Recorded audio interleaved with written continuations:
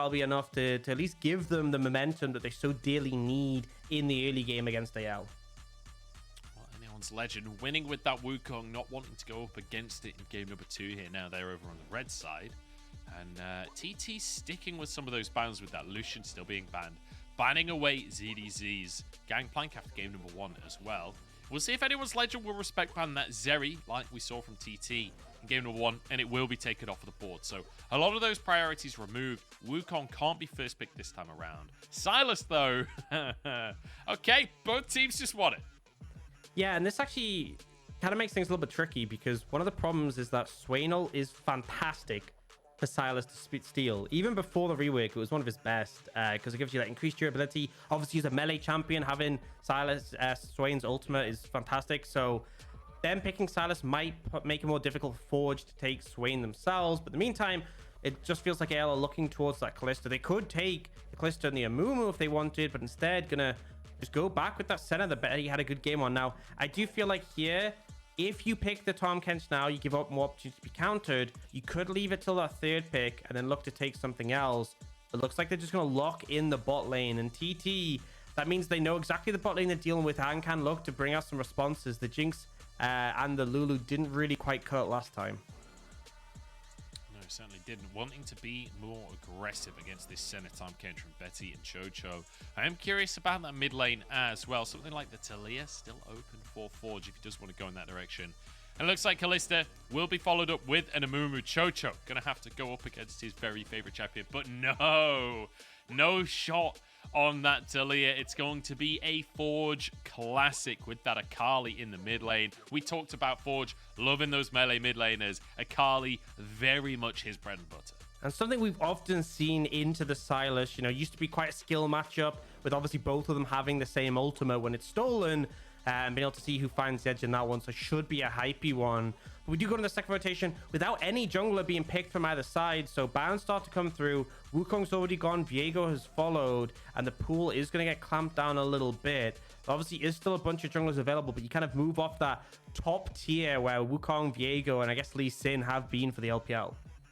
Yeah, and I want to just quickly, while we're going through these bans, talk about that Forge pick a little more because we saw his Silas game number 1, fantastic pick, works really well for him. His second most played is that Akali. He has a 64% win rate on the Akali. Now that, it sounds fairly impressive in of itself, but when you consider the fact that Forge has not been on that many great teams over the years either, having that good of a win rate over 36 games is definitely an accolade and a half. Be afraid of that Akali in the mid lane. Yeah, for sure. And absolute opportunity to carry in this situation. And we do see them ban away the Gnar here, which makes a lot of sense. You don't really want to pick it yourself and give over the free ultimate to Yukal. And you obviously don't want the opponents to get it. I would expect a jungler here, and then you leave counter pick for last pick. And I was talking about that upper echelon of junglers, Viego, Wukong, and Lee Sin being the top 3 right now. And AL are like, well, to a band, we'll just take the third. Yeah, gonna go for that Lee Sin. So still a lot of proactivity here for anyone's legend, right? With an Akali and a Lee Sin, they want to scrap. Gragas locked in on the side of TT. I can hear you chuckling away there, Hawks. Yeah, I was actually gonna say, how I was like, not sure about the Poppy. This is actually probably be a pretty good place for a Poppy, right? You're into an Akali and a Lee Sin, both very dash heavy. It could actually honestly work in this situation. I just find it funny that like game 1 they blinded the Poppy, and then game 2 it feels like a much better scenario for it. But it looks like they're not going to go towards it. They want a bit more of that early skirmishing power with this Zhao. But they have that Gragas as well. So a lot of team fighting power, a lot of AoE tools. And it will be ZZ going for the Aatrox, in fact, at the end of everything. Yeah, up against, I assume, the Gragas in the top side. I'd be surprised if it's our top. So we'll have to see a lot of AP on the side of TT, but also a lot of early presence with that Silas, that Kalista, that Amumu. I feel like these guys are going to want to scrap over every objective, which is what we expected coming into this series. And, I'm going to say, as much as sometimes, like, the thing is with TT, people talk about, like, damage profile. They have decent AD, but I love that they have, like, 2 strong AP solo laners when you have an Amumu, because if you pop that ultimate, 10% extra true damage on any magic damage dealt to them, that's just a fantastic combo. Like, if you Amumu ult into the Gragas cask, it will do so much damage. So I feel like in this one, TT have a good composition to lean into team fights, right? We said that one of the concerns would be going late against AL. I think that the composition does function well there, but so much more early agency to contest. I feel like they have more comfortable lanes. They even have one that they can apply a lot of pressure with bot, and a jungler who's ready and down to fight. Yeah, this feels like a much better composition for TT in game number 2. And I'm hoping that we get to see it the same. Like, I feel like in game number 1, we saw TT posturing for those objectives like they had a comp like this one, right? And then kind of realizing, wait a second, we actually can't teamfight right now, and backing away in the end. This time around, they can teamfight. This time around, they can go for those fights. But it's not going to be simple, right? Aatrox, Lee Sin, Akali, these are all picks that want to scrap as well. Yeah, I mean, I feel like AL are still going to lean into the fights and be comfortable. Although I think it might get a bit trickier if like Forge falls behind, so ZDZ falls behind, just as a result of the fact that like these two picks, you want to be strong, you want to be diving in and causing issues. Especially, I really love the Gragas pick here because into Lee Sin, Aatrox, and Akali, Gragas is just fantastic into melees because you can check them, right? Every time they come towards you, body slam, if you connect it, the cooldown's reduced by 3 seconds. And the current Gragas build is that really heavy ability haste one with the buff Night Harvester and the Seraphs, allowing you to get really short cooldowns and just pim a body slam anyone up close. So I'm gonna be real, I feel like here TT, I kind of favor their comp. I think they got everything they want, and it's up to AL to kind of mitigate it and see if they can find enough of an advantage, probably on their solo laners, to find success in this game. I'm really curious about that top side as well, right? You mentioned the Gragas later on with the cooldown reduction will get a lot of chance to just spam his abilities, but ZDZ opting into this lane, opting into the Aatrox, and you know, you can see that it will give a bit of frontline for the team fight later on for AL, but how do you anticipate that lane matchup going between the Aatrox and the Gragas? I feel like Gragas is just such a good neutralizer. It's like if ZDZ ever lands chains on you, I might... Oh no, he got spotted! No pings? I don't know if he... No, there's a warning didn't see ping. any pings I saw a warning ping. I saw a warning ping on the map. Oh, this could be so bad. Well, I don't think it matters. Chocho taking a bit of damage. Kepler moves in. Okay, Baytron walks in. Betty drops the emote. It's a disaster for TT as they start with a little bit of cheese, but look at Xiaohao already in the enemy jungle. He knows what's going on here. Yeah, and I mean, at least it's not as bad because Baytron is going to be able to move through and grab Xiaohao's blue side jungle, but just really unfortunate. Like, you saw the concept there. The idea was good, but just slightly caught out on the ward. The execution wasn't quite there, but I like the idea. And look at this freeze from AL. Just going to be able to hold this wave here, make sure that Kepler and Yao Yao can't all in because, you know, Amumu is one of these supports, kind of like a Nautilus, right? Where when you go, you really go. There's no way out again. And if you do that underneath the tower, Amumu with Glacial Augment is not going to last long. Yeah, and that's the main thing is Glacial Augment is really powerful in the fact that like it reduces the effectiveness of things like Cleanse, the AoE slow, very easy to proc with the Amumu. But yeah, as you said, surprisingly squishy, I feel like, especially into Tahm Kench. Tahm Kench is another champion who I was kind of talking about how like Gragas is really good in the melee champions. Tahm Kench, if you get up close to him, he will just beat you up. And Baytron, just something to note there, does the kind of sleazy move of leaving one of the wolves up, whereas Xiaohao's been a good guy and cleared everything from Baytron's jungle. It's like when someone eats some food at your house and just leaves like the remains of it out. Yeah, they pull the cheese and the tomato out of the sandwich, leave the ham in, and then just leave the cheese and tomato and a tissue on the side. It's like, come on, man, have some manners. I will say, it's a difference in mentality as well, though, because I've heard junglers talk about this and say, look, I want to clear the whole camp because I need it to be a higher level next time that I take it because I ain't letting them take their camps. Yeah, I mean, that's a factor as well. If you're going to repeat invade, by clearing the full camp, you get the timer. You know when it's been done, obviously, and it's going to reset. And then as long as you're re-invading, it has more value. So it's a perfectly valid argument. And we'll get to track and see who it ends up favoring as we go on. But ultimately, despite Baytron not getting that early gank off, he's still holding up all right. You can see he's a little bit behind in terms of clear compared to Xiaohao, but not too much to be concerned about. And yeah, this is the kind of thing with this top lane matchup. We didn't get to talk about it before. You know, a lot of Aatrox threat comes from either connecting sweet spots or connecting the W, the tether. It's very hard to do either to Gragas because you can kind of just sit back and clear with his Q. And should you ever connect the tether, for some champions, that can be a pain. For Gragas, he just uses his E to get out. So pretty safe. And that's why he's often picked as a neutralizer, someone who's, which is why in this game, you know, taken as a blind. And clearly ZDZ is hoping he gets more value in the team fights in comparison. So now it's down to AL to try and look juicy in this bottom side. The wave is pushing towards them, but it looks like Xiaohao deciding against it in the end. Just going to go for a clear, deciding this isn't a play in the bottom lane that's going to happen for now. Drake onto the map, as you saw in the bottom left of your screen there. It's a Hex Drake to start us off. But ZDZ, pretty far pushed up this lane. Baytron will walk over a ward, clears that one out, so ZDZ knows what's going on here. He'll be safe and just immediately rewarded that one. He knows he ain't messing about with this. Yeah, especially with the position of the wave. He wants to be able to crash this in, back off. But I think the thing is Hoya's so low on health and so low on mana. Just wasn't really the potential for the setup. But now Baytron, he's done some helping out in the top lane. He's going to come mid and help Yukal push the wave in. Yukal actually does hit that level 6 as well. And Xiaohao's here, so maybe something could go on. But I think TT aren't really interested. No, not for the time being. Baytron just going to continue pathing down towards the bottom side, but with them backing away in the mid lane, I think that's Xiaohao saying, look, we've got a massive wave pushing in the bottom side. Your mid lane is resetting. Time for me to go for the Drake. This time around, it's, it's red side starting the first Drake both games. This time, it's Xiaohao on that Drake. I don't think he's going to retreat. Yeah, but once again, he's low HP. Remember, Hextech Dragon, another one that's a lot of damage, so TT are gone. Oh, maybe he should have retreated as Yao Yao did. Find the engage. Oh, my days. What a bandage. Just goes halfway across the map. The retreat should have come out on that one. Yao Yao will fall to trade it, though. Betty now against Kepler will just run away with his life. The Drake taken by TT and a 1-for-1. And I think the lesson here, Joe, is don't start the first Drake. Yeah. In this series, because we saw the same thing on the other side where whoever started it ends up low, ends up being contested, and Hoya should be fine here, but won't be able to pick up that scuttle he was going for there, and Xiaohao should be able to come over and secure that.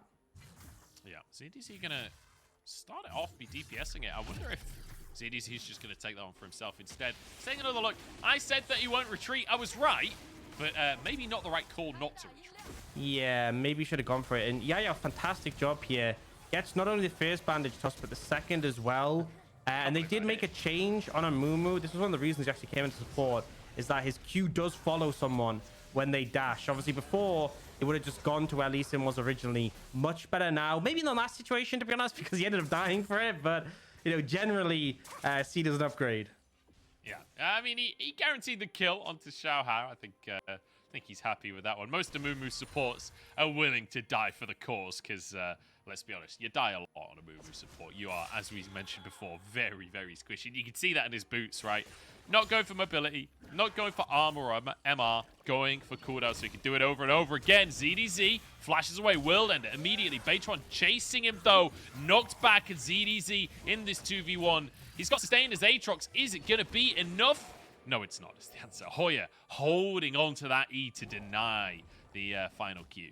Yeah, really nice cast coming out from Hoya. The setup is there, and TT, you know, I'm just going to say already, despite the fact, obviously we saw a little bit of a slower game pre-6, finding some momentum, and just with how slow the early game was in that game 1, definitely a positive to see. Yeah, definitely. Feels really good for TT to get themselves an early lead this time. Or actually, I say that, they are slightly behind in gold currently as Yukal and Forge sparring a little bit in the mid lane. Has been Forge with the advantage in this lane so far this game. You can see pretty sizable CS lead so far, just consistently crashing waves there. But I am curious to see what TT's next move is, because I feel like they need to start snowballing. And that Herald now onto the map feels like it could be the ticket. Yeah, and especially because both supports have level 6 now. We could see a play up towards that Herald, and the fact that you have the Amumu ultimate, it's so powerful. It's so powerful in this game. The AoE lockdown. TT are already on this side of the map trying to make things happen, but if you look bot, priority was achieved by AL, and Betty is walking over. So it looks like AL setting up for the play on this. They have mid-prior already. We talked about before how Forge is winning out in that matchup, and it looks like that'll be the play. Yao's running up to respond and should be here in time. This feels like a bit of a moment of truth here for TT. They need to get this Herald. They need to maintain control of the early game. They can't afford to fall behind, because when they fall behind, It's pretty much curtains, generally speaking. As the Herald pulled out of the pit here, but look at this, both teams moving on up. Orcs, I think we might have a 5v5 on our hands here. Yeah, I think we're looking for it. Yukal steals away the Akali ultimate. Both teams posturing to get a look in here, and I feel like we have to track Yao Yao. A Curse the Sad Mummy could be massive. Keeping our eyes on the Sad Mummy. Yao Yao wants to find that big 5-man ulti. Forge a little mispositioned here, but dives over the wall, keeps himself safe. AL gonna force mid-priority instead, but TT just group up and try and take this Herald down. Herald is really difficult to rush, though. It's so tanky. And now AL return to the scene of the crime. There's Kiss the Sad Mummy on 3. The cask across the team as well, but the shields are powerful. The sustain is there for AL. 1 for 1, 2 for 1, 3 for 1 with a double for Xiao Hao. And now the chase down from Forge. The slow is there. The Shuriken comes in, and the sweet spots can land. Forge follows over the wall as well with a flash. Can they actually finish Hoya off, though? He's damn tanky, and he's slippery as well. There's a flash from Xiao Hao to finish the job. And AL get everything they want and more. The Curse of the Sad Mummy just didn't quite do enough. The members to connect onto wasn't significant. And I feel like when the fight broke out after that, the cleanup was there. The execution for AL really on point. They don't get the Herald is a big thing to note, but all those kills definitely worth more. Yeah, I mean, AL, look at the gold difference, right? 1,500 in their favor. We need to see a massive Herald come out from TT if they're going to even that gold up once again. And as you say, Yao Yao starting this fight off, 3-man ulti, but it's on the wrong targets. Yeah, I mean, the fact that Chocho is the one knocked in as the Tom Kench, like they even try and focus him down, but it's a Tom Kench, so he doesn't even actually end up dying until so much later in the fight. And then AL are able to just clean up off there. The fact that they invested so much into, as I said, the Tom, meant that they didn't have any gas in the tank for the extended fight. And this chase down potential, at least in and Akali, are so hard to escape from. Yeah, I mean, you can never get away with that one, can you? It's a tough one for TT, and it felt like that was their fight. It felt like that was their moment to start taking over the game. Oh, good little dodge from Chocho on the bandage toss. Second one available, but deep water dive. Gonna pull Chocho out to safety. Now having to go 2v3 right here. Herald comes down in the mid lane as Forge will just be clearing this wave for himself. And he's not backing away because he knows Xiao Hao is nearby. Does not want to concede any kind of control, but in the meantime, ZDZ matches that Herald. Yeah, and TT might be able to pick up the dragon here, but at the end of the day, a dragon is only going to really benefit you if you can cash it in, whereas the gold achieved is a lot bigger. But actually, he might even struggle. Chocho has just walked into the middle of everyone, flashes over the wall, somehow actually lives this one. In goes Batron, but the sustain from Betty! The Tom Kench is invincible, and AL will not be out team for. They find themselves two. And I feel like TT didn't learn from that first fight. Tom Kench is not the target you should be looking for, able to buy so much time. And that was a situation where ZDZ is doing his own thing on the top side, picking up plates for days. So now you have this mega fed Aatrox to deal with as well. 3k gold again. I mean, look at the scoreline. Xiao Hao on the Lee Sin, super far ahead. Forge on the Akali as well, one of his signature picks. Kind of seeing why that win rate is so high. Yeah, absolutely insane stuff coming out from AL. A 4,000 gold lead almost off the back of that. Yeah, TT, you've got 2 Drakes, but does it matter when you're falling this far behind? Let's take another look, because it looked dire for Chocho to start off, but he was just looking juicy for his team. That's the thing, is that like they burn through his health bar, but then the great health comes out, and then he flashes over here, and they're like, well, it's actually a kick that gets the follow-up. The thing is, he gets sustained every time you connect to Tongue Lash. You get healing based on your missing health. There's a sustain from Betty as well. And let's be real, even if they kill Chocho, that wouldn't be a good play. And now they're looking for this dive, but Tom has the gobble. Yeah, Chocho saves Betty's life here, kicks him out towards the rest of the team as Xiao Hao's arrived, but Xiao Hao in trouble himself. Chocho on the front line where he needs to be. Oh, the turret shot finishes off Kepler. Yao Yao forced away, and once again, AL are finding opportunities. Yukal gets one there at the end. But ultimately, still positive for AL. They just can't lose a fight, Orcs. I will say they got the shutdown from Xiao Hao. That's pretty nice, but as you said, it feels hard to pull off. And one of the buffs we saw for Tom Kench not too long ago was the shield on his ultimate. I believe it's 650 at rank 1. And it's like the game plan was kill Betty, he gets gobbled by Chocho, and then like he gets spit out, and we'll just see in the replay, it's really ridiculous. Like, so yeah, trying to focus like some damage. Barriers or something crazy, isn't it? Yeah, and it lasts so long. So watch this and just track Betty here. Look how big that shield is. Still there, still there, still there, and then finally times out. And it's like, yeah, you just there's no way you're killing him. Yeah, Kepler tagging the tower there as well. Not ideal. Immediately punished by Xiao Hao. And while all of this is going on, right, we have to revisit the fact that top lane ZDZ has taken 4 tower plays for himself. He's 40 CS up at the top side. Has a gold trigger, has boots, almost finished a cull as well. Like, he is going to be monstrous in the next fight that he's a part of. Yeah, just actually got a gold bounty appear there from that advantage. Now, they might look for Forge here. Forge locked up. Big damage available. The Shroud going to try and keep himself alive. And the perfect execution. Okay. I think that might have been the last play for TT. I think that was that's the ticket now. You know, I was saying you shouldn't go for the Tahm Kench. And TT, last fight, they went for the Senna. This time they go for the Akali. I just don't think you go for anyone at this point. It's just not working. It feels like every time someone has an escape, they have a dash, they're too tanky, there's a Tahm Kench cheat them. It just feels like TT are at least trying with the plays, but it is not working out for them. Yeah, not so far. Forge still has Flash available as another 3-man play in the mid lane. In the meantime, a dive on the bottom side. Hoya's in trouble, but Chocho, I don't know how tanky you really are. Goes down to the tower. This was a little too much from AL, I fear. Is now a mid lane tower for TT. Herald just spawning on the map as well. Perhaps a window to get some gold.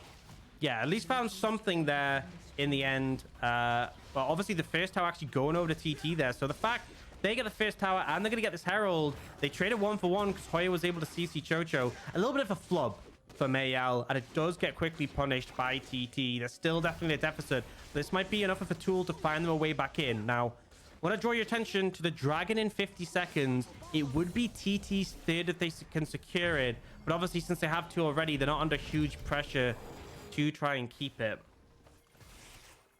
Let's see how this went down. I mean, they just went for it. There was...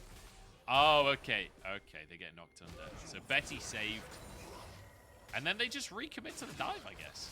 Yeah, Chocho still has aggro. Like, there's minions there. He could have reset and stepped out, but he didn't. And then look how much it ramped. So Chocho doesn't seem to be doing that much damage because he's tanky.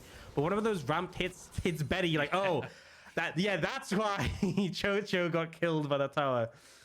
Yeah, that's a bit brutal. But AL, I mean, I feel like that was their mistake. And a good punish from Hoya as well to knock Betty under the tower in the first place. Hoya actually been doing fairly well on the Gragas so far this game. Drake up on the map, and you know, we talked about TT getting the first 2 Drakes of the game. They're not even going to get close. They are not getting access to this next Drake. This one is all Xiao Hao's, and that'll start the stacking on an Infernal Soul as well. That's not one that you want to have to go up against. Chocho could be a little too far up here. ZDZ trying to clear the Herald in the meantime, but Beitron can't really get onto Chocho, and it means the Herald will just be cleared. Yeah, the concept was actually really good from TT. Don't contest the Dragon. You've got 2 already. You're not going to win a fight right now. Go top and make a play.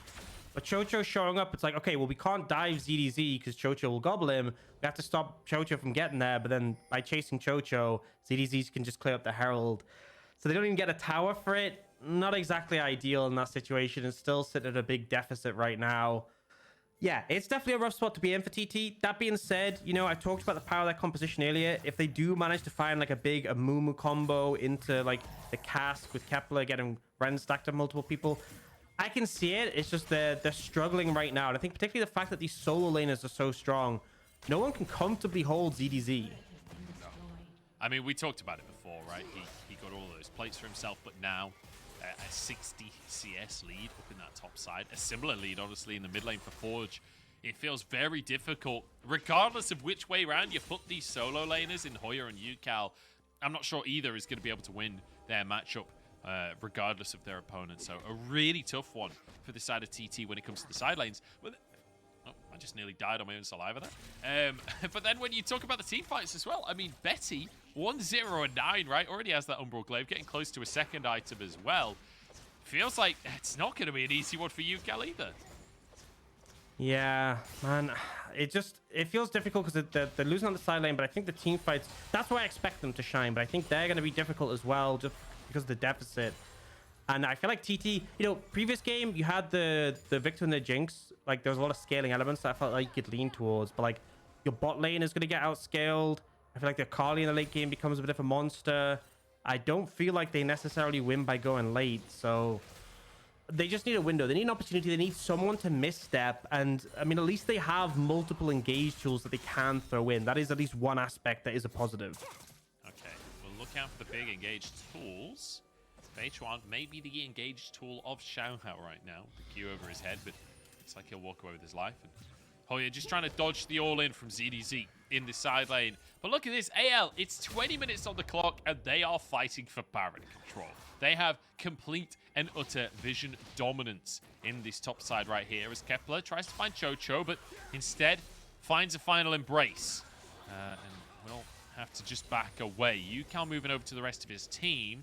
This might be a 5v5. We don't even have a significant objective here. It's just over a mid-tier 1, but in comes Xiaohao, misses the Q though. Kind of felt like, they were forcing TT to respond here and defend on the mid-tier 1. They are applying the pressure eventually. And, if TT are forced to group here, you'll end up sacrificing waves on the side, or eventually someone has to go answer it, and then AL would get that tier 1 tower. That is the goal. Take that tier 1 tower down. Then you can push a bit deeper in the jungle. You can see that control ward next to Kepler. Xiaohao was hesitant about clearing it because, there were so many people hanging around under the tower, and they can just stay there safely. And that's kind of the thing that's blocking you from expanding further. I think once they get the tower, I expect AL to be able to really push their control and start to take over this game. And it feels so good to see this kind of controlled gameplay from AL as well. I feel like this is the big thing that Rogue Warriors were always missing. We talked about the similarities between Rogue Warriors and AL towards the start of today, that chaos. Well, I feel like AL still do have that chaos in a lot of games, but, they have a lead, they have a scaling composition, and they're like, no, we will not just flip it. We will not just dive this tower. We'll play it slow. Instead, we'll push out our sides, flank the mid lane, try and force pressure onto TT. And now, with a minute until Drake comes up, they're playing for vision in the river. Yeah, and TT do have the mid prio, so it's going to force AL to respond, and this gives a window for them to sweep through. This is kind of the difference, the advantage having the enemy mid-tier 1 has here. But in the meantime, look at the side lanes. ZZ doing a great job of setting up this top lane to push. We can see Forge doing the same. And with 40 seconds to go, TT either have to respond to those, or they're just losing gold on the map for free in this situation. So AL doing their homework when setting up this objective. Have been. Xiaohao, though, gets a kick, tries to get out to safety. Saved by Chocho, but kicked back into the fray once more. AL still surviving, though. Xiaohao still alive. He's invincible. And Forge, in the meantime, causing a ruckus in the backline. Yao forced to flash. TT surviving for now. As Forge misses the shuriken flip, and now he's alone. Now he has to back away, try and get to the rest of his team. Flashing away and will survive. Yao still going. Nobody will die. Yao turns golden to buy seconds and finally will fall. Chocho flashes out to safety. ZDZ completely untouchable in the middle of the fray. And AL just blend TT alive. It's a triple for the Aatrox. In fact, it's a triple for Xiaohao. Wait, I'm sure I saw a triple for the Aatrox. My brain is broken. But AL win out the game. Managed to find the fight, and at first, it's very back and forth. TT managed to hold on far longer than is expected. They go for that initial pick onto the Lee Sin. Unfortunately, though, the flash and then the gobble. I feel like if maybe Yao was sooner on the ultimate, they would have found it. But regardless, we get this extended play. Forge is looking for Baytron, but the flash ends up meaning he doesn't get connection onto the target. And then it starts to feel like TT are getting corralled in here. And the problem is when they end up in the choke and they're up against ZDZ on the Aatrox, despite the fact that it was the triple for Xiaohao, ZDZ does so much here because TT on the wrong side of the map. And when they get grouped up together, this is where Aatrox thrives. I mean, he just is able to churn through everybody, throws down flail. That little knock up onto Kepler as well, massive to set up for the triple kill for the Sin there. So Xiaohao finishing these kills off. And now AL grabbed themselves that Baron. Once again, AL best Baron control in the entire league, which is kind of crazy to think about. They are maintaining it. Look at that Gragas damage, by the way. Hoya did Wow. a lot. And I mean, this is kind of the thing. Functions very well in these fights, but still not enough to take anyone down from TT. And now TT will finally get the mid tier one they were struggling on. Remember we talked about before, the side laners of AL so strong. ZDZ just hit level 16, by the way. He's 3 levels above anyone on TT. And this is really where it becomes difficult. The wave clear is going to struggle against the Baron minions. And, you know, before I said no one could hold ZDZ, that is even more so true now. So I think TT might just look for a fight instead. I'll try and find it. Whether or not they actually find it is a different question. Betty saved by Chocho. They might find some picks here. Showhouse golden, but he's surely going to go down. Shields come out from Betty here. Deepwater dive interrupted. Chocho will fall. Betty will fall. TT finding a chance. But Forge in the back line. Can he go for the 1v4? ZDZ is here. AL solo laners are 2v5ing. The Shuriken flip goes out, but it's wide. ZDZ now 1v3. Does not have the sustain. And TT finally get themselves on the board. AL were overconfident. We have the Baron. We're in control. We're ahead. And then TT end up finding a great engage window to make the fight happen despite the safety nets there. The big thing was Forge not having TP join so late. And then Forge deciding, hey, we'll just try and take the fight despite a numbers disadvantage. And as much as they trade up at the end, they still lose so much here. And Yao Yao doesn't connect initially, but TT just commit regardless. They know side lanes are doomed. Let's make it happen. And here the ult hits both. And Chocho, he can only gobble the center. He can't save the Lee Sin as well. Yeah, Chocho saves the center to start it off, and it looks dire. And then ZDZ and Forge come flying into this play to try and turn things around. And I have to say, it was looking a little bit like Forge was going to get a pentakill for part of that.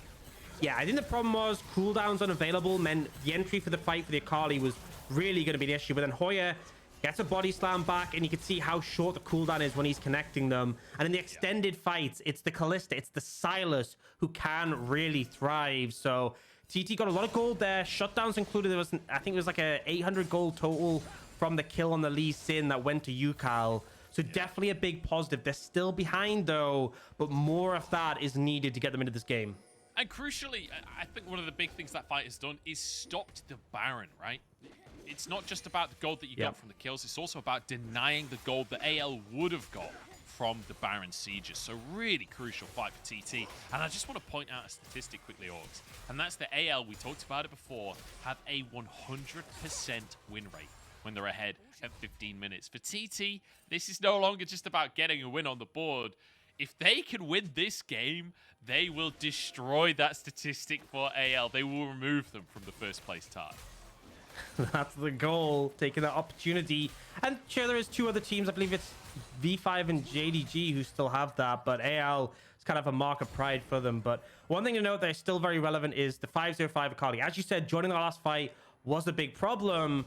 And I feel like if Forge is at a fight on time, TT have to find a way of containing him. The Aatrox as well with 13,000 gold, both problematic. And Hoya, I think he is the big piece of the puzzle. We saw that fight where he did the most damage, but if he can just continually land CC, buy time, keep these melee champions at bay, that is really the window where I think they'll be able to find as much favor as possible. Now we have Dragon in 20 seconds. This would be the 3rd for either side who can secure it.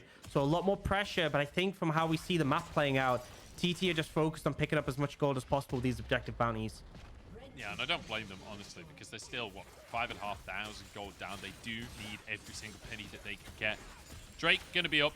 It is going to be taken by anyone's legend, and as you say, TT just trying to trade that. They did get the bounty for the tier 1 that Yukal just grabbed for himself, so it will be a small boon. But it does mean, Orcs, in 5 minutes' time, TT are going to have to fight for their lives. That Infernal Soul, especially against things like an Akali, things like a Senna, you can't afford to let an Infernal Soul go over. That being said, something I just noticed, so Yukal just grabbed a Rabadons, and you know how Yukal was the one who got the shutdown for the Lee Sin? He's only like 300, 400 gold down on Forge. Forge, who's 505 with 280 CS, isn't actually that far ahead of the Silas in terms of gold. That is how much that catch-up has made a difference. And Hoya's actually looking now, and there's a TP coming too. Forge could be in big trouble, but it's answered by ZDZ here. Big damage onto Hoya. Forge is just going for it. Turns golden. ZDZ arrives on the scene. Yukal trying to finish things off with the Shuriken Flame. Denied! Yukal with 1,000 gold shut down. Winning the mid lane matchup after all. ZDZ, he's got sustain, but not 1v5 sustain. And pings towards the Baron come out from TT. And, you know, we saw the solo laners of AL try in 2v5 before. I don't think the other three can go for 3v5 in this one. They're going to take the scuttle. Maybe they try for a steal, but TT are beelining straight for this Baron. Oh, no, they're going for Betty. Betty's in trouble. He's going to be locked up. Curse the Sad Mummy is there. And Curse the Sad Panda is going to be coming through in a second because TT have taken over. Now into the Baron pit they go. Xiao Hao needs to prove his mojo here. Needs to find some kind of miracle, but he ain't going to find it today. And TT are just doing a fantastic job of finding these windows. Hoya in particular. Oh, no, he's going. Wait a second. Xiao Hao has been caught. Couldn't even get the recall. In fact, he'll get himself a kill. Xiao Hao 2v1ing right now. Knocked back by the cast, though. Ward hop over the wall. Chocho moving in. No way does this turn positive for AL. Xiao Hao knocked into his GA. Surely will just fall here. Hoya has the knock up and will just finish the kill off in the end. I'm not sure Xiao Hao should have got a kill out of that one, but ultimately he's taken down. Yeah, I mean, at the end of the day, the Amumu dying, not that big of a deal, but you get the GA and a kill onto this Lee Sin, so pretty massive. And look at the replay, and this is just honestly fantastic reads from TT. The fact they're looking for Forge here, he uses all his abilities. Shroud down, Shuriken flip down on the wave, and so doesn't have the same tools that normally give so much freedom to the Akali. And it's this Gragas again from Hoya, just permanently body slamming, belly booping, and not letting Forge play the game. CDC as well does not, like, Aatrox has so much sustain, but only if you can, like, auto attack and cast abilities. If you just CC'd up the entire fight like that, you can't do anything. And you know, I jokingly talked about the win rate stat for AL when they're ahead at 15 minutes. I jokingly said TT are going to be challenging that, but man, maybe I was right. Maybe they are going to be challenging that statistic because they have almost closed that goal gap entirely. It's just 1,000 in favor of AL now. It's 1,000 away from TT finding themselves a lead from the jaws of defeat.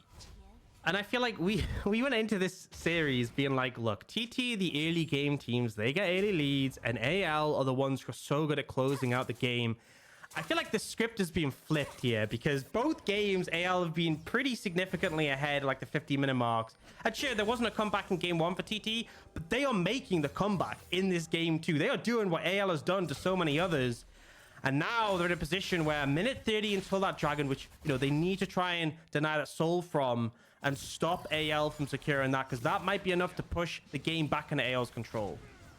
And once again, when we were talking about AL earlier, we talked about redemption stories for each of these players. Well, it's kind of a similar story on TT, especially for Yukal in that mid lane. After last split, had a really, really tough time of it. I feel like this game didn't have the greatest start to the game, but now getting that shutdown, he's almost full build, and he is showing up in these pockets. Yeah, with the Rabadons and a Void Staff in pocket, so much damage from the Silas. His AP ratios are honestly kind of nuts, and you see them set up now. Has the Banshee, so not exactly an easy target to go for. AL are posturing, going for that mid prio, but in the meantime, look towards the bot side of the map. TT are like, look, it's still 45 seconds till Dragon. We don't even need to be there for a while. Yeah, just go for a tier 2. Take that 200 gold for each player, pretty much. That's not too shabby. And hey, why not just keep going, they reckon? Go for that bot in him tower. TT out macroing right now against AL. They find 2 towers. Do they get away with it? TP comes out from Hoya to join the rest of his squad. That'll be enough for AL to cancel their engage. Xiao Hao over the wall onto the Wolves. This might be a little overzealous from him. Will survive. And it's not just the towers and the gold they got there. They forced AL back, so now they are the ones with posture on the river, and AL had to try and push in and approach. And you can see things like the Gragas barrel on the ground, hard to walk through. Betty manages to avoid the damage, and now we're set up for a big fight.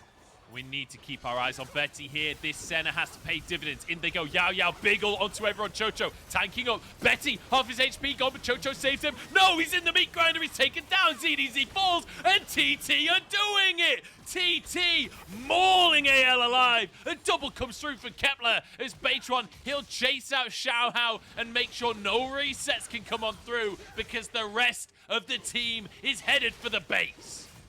And with that, TT should just be able to end. We'll see who wins out the eventual 1v1. Hey, just find it. Styling on it.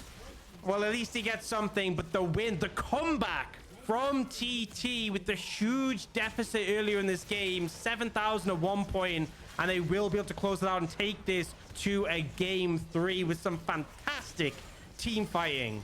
I said at the start to fear the Akali. I didn't realize it was going to be Akali Ultimate that we had to fear. TT with a comeback win against the Comeback Kings themselves. Managing to find that one after a rough early game and managing to prove our expectations wrong coming into this series. Yeah, and I mean, I just